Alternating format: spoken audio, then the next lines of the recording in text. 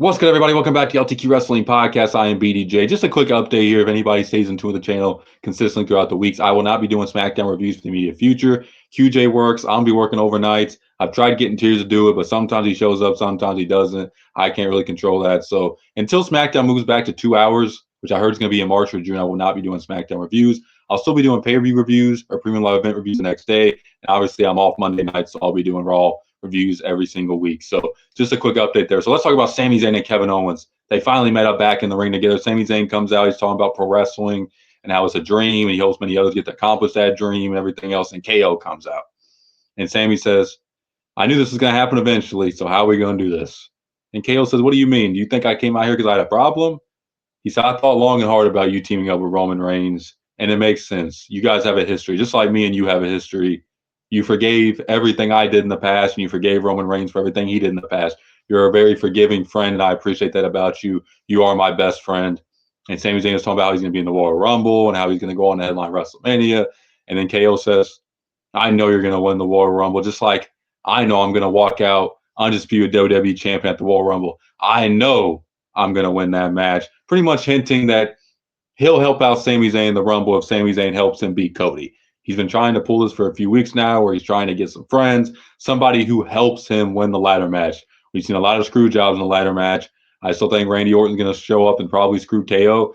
Hell, who knows? Maybe he'll show up and screw Cody Rhodes. I highly doubt it. I think Cody's guaranteed to walk into WrestleMania as a champion. But I'm a huge Kevin Owens fan. And KO also says, it'd be awesome for them to main event WrestleMania. They main evented last year as a tag team, or 2 years ago, they main evented as a tag team and won the tag team titles. But they've never faced 1v1 for a world title, and KO wants that to happen. Sami Zayn's his best friend, and he's hoping he can trust him at the end of the day because that's what friends are for. And that's pretty much the end of it. So KO doesn't attack Sami. I do think something's going to happen in the future, obviously, between those two. KO's a very slimy friend. You don't know whether to trust him or not to trust him. The history of him and Sami Zayn, you could go 50-50. But I do think there's going to be some type of screw job happening there. But Sami Zayn's got his hands filled. He's involved with Drew McIntyre. He's involved with Seth Rollins. And we'll see where that goes. So Jey Uso kicked off the show. And he's pretty much just hyping up his match against Gunther this weekend, a Saturday night's main event. Talking about how he's going to have everybody yeeting with them and all that stuff. And then Gunther comes out before, Jey even completes his sentence. And out comes the ring general. He's talking about how he's going to expose Jey as a flash in the pan. He doesn't deserve to be in the world title scene. He's just a useful idiot. That's the words he used, because he's always there to help out his family when his family don't help out him. He's a useful idiot. And he says he respects Gunther, but Gunther better learn to respect him, because there's only one man in this ring who is main evented at WrestleMania, and it ain't Gunther. And man, that was a burn in that segment. Gunther ends up going to fight him after that. I don't blame him. But Gunther pretty much gets super kicked. He slides out of the ring. Jey stands tall. He holds up the title, and all the fans go crazy. So that's just hyping up their match. I do think Gunther's going to retain in this match. As much as a lot of fans want Jey to win, I just don't see it happening right now.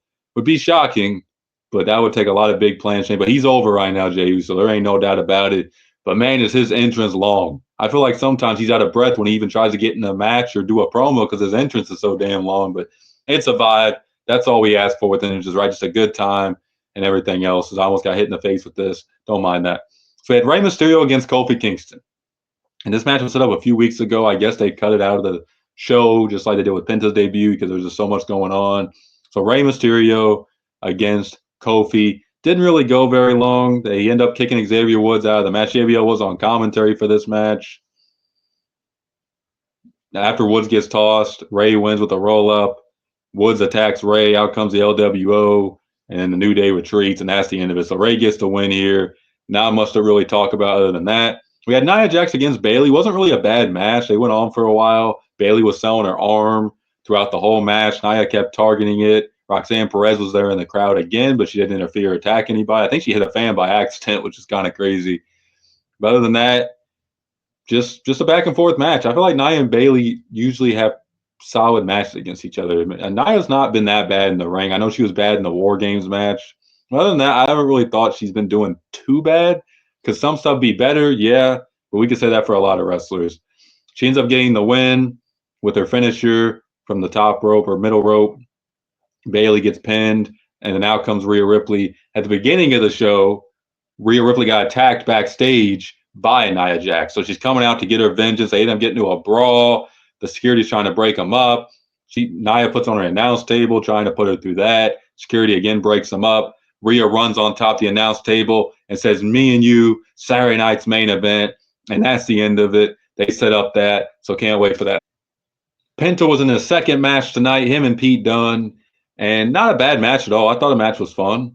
And Pete looked good. Penta looked good. Penta ended up getting the win with the Penta driver. Crowd was chanting Penta, Salo, Melo. I always botch that throughout the match. Penta's over.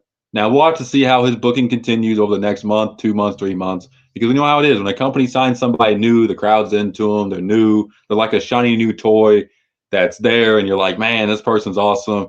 And I hope Penta does well in WWE. I really do. I'm just scared how he's going to look long term because Triple H hasn't really been that great at booking Hispanic stars. So we will see with that. So, I mean, look at Dragon Lee. Dragon Lee had a lot of hype in WWE, and he hasn't done shit for a while. So I hope Penta doesn't fall in that trap. I think Penta will have a lot more success than Dragon Lee.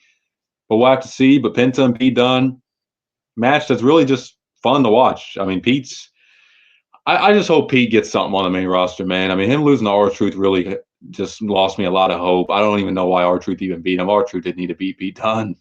I mean, Pete Dunne went from being one of the best UK champions of all time to being a guy named Butch to being a guy just losing and jobbing out to people. So it's a shame. I know Pete ain't much of a talker. Maybe he just ain't going to connect with the main roster audience, but man, he can go in that ring. So I hope Pete gets more opportunities. We'll have to see. CM Punk does an interview basically just talking about the Royal Rumble. How he's going to win it. How he's going to toss 29 men over the top rope. He's going to do everything he can to win. He's the best in the world, all that stuff. Not really anything shocking said here. And we had Sky and Kai did that on purpose. Damage control against Baszler and Stark. Not much to say here, really. I mean, Sky and Kai get the win, and that's all we wrote in that match. Really wasn't the most exciting Raw. I mean, it had some good moments. But the main event is what I was really looking forward to the most, I will say, besides the KO and Sammy, which I didn't know KO was going to interrupt Sammy. Drew McIntyre against Seth Rollins in a WrestleMania rematch. And the match went about 25 minutes. They went a while. They went back and forth. They beat the hell out of each other. They had a very good match. These are two of the best workers in the company, or two of the best. Put them in that top 10 and top 5. They're both fantastic. We all know how good Drew and Rollins are. Rollins ends up getting the win by a roll-up. And Drew has been getting rolled up. He's been getting quick bends. It's just adding more to his character. He just can't catch a break, Drew McIntyre. He really can't. He's lost again. He attacks Rollins after the match, hits him with a Claymore. Out comes Sami Zayn. He attacks Zayn, and Drew stands tall to end the show. Again, very good match. I'm curious where the direction's going to be. Actually, yes, I forgot to mention this. This is the key part. Sami Zayn went for the haluva kick on Drew and a haluva kick to Rollins when they were seen backstage before on the same page. So that's going to play into this as well because they were on the same page. Now Rollins, he don't know if that was by accident or on purpose. So we'll have to see where that goes long term. So there's a lot of stuff they could do here with that. But I'm just ready for the Royal Rumble. Saturday night's main event. I'll probably watch the next day. I probably won't do a video on that show. Usually they're just kind of a big live event. Not that the last one wasn't good. There's just so many commercials, and the match don't really do much. Not that the match card doesn't look bad, though. I'll definitely tune in, but I wouldn't expect a video on this channel about it unless you guys really want to see that. I'll try to make it happen or see if QJ or somebody could upload that night. I won't be watching the main event of it, but we'll have to see. But let me know what you guys thought about Monday Night Raw in the comments below. Make sure to like and subscribe for more wrestling content on the LTQ podcast channel. Peace.